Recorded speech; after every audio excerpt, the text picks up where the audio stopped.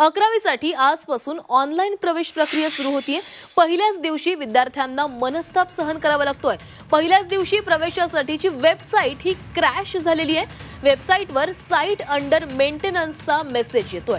तर आजपासून 11वीच्या प्रवेश प्रक्रियेला सुरुवात झालेली आहे। मात्र पहिल्याच दिवशी या विद्यार्थ्यांना मनस्ताप सहन करावा लागतोय, कारण प्रवेश प्रक्रिया सुरू करताच ही वेबसाईट जी आहे ती क्रॅश झालेली आहे आणि या वेबसाईटवर साइट अंडर मेंटेनन्स असा मेसेज येतोय। त्यामुळे विद्यार्थ्यांना पहिल्याच दिवशी एवढा मोठा मनस्ताप सहन करावा लागतोय।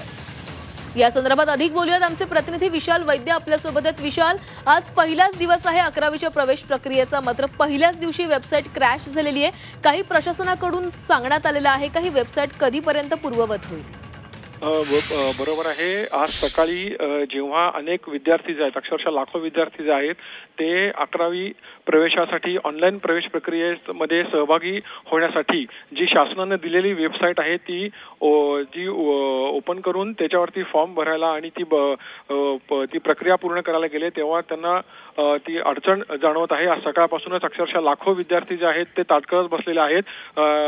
तसं बघायला गेलं तर ह्या एकूणच ऑनलाईन प्रवेश प्रक्रियेची जी चाचणी होती ती गेले 2 दिवस सुरू होती। अक्षरशः 4 लाखाहून अधिक विद्यार्थी हे सराव आहे, ही चाचणी आहे ती याच्यामध्ये सहभागी झाले होते। मात्र आज प्रत्यक्षात ही जी प्रक्रिया आहे, ऍडमिशन प्रक्रिया आहे, तिची सुरुवात होणार होती आणि ती सुरुवातीला जी आहे ती अडचण जी आहे ती मोठी या ठिकाणी येताना आपल्याला दिसत आहे।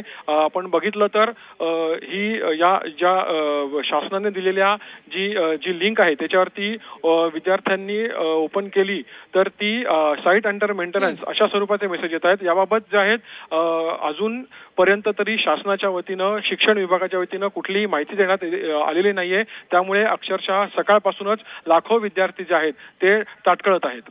नक्कीच विशाल, धन्यवाद तुम्ही दिलेल्या सविस्तर माहितीसाठी। तर अपेक्षा करूया की ही वेबसाईट लवकरच पूर्ववत होईल आणि ही ऍडमिशनची जी प्रक्रिया आहे ती पुन्हा एकदा सुरू होईल।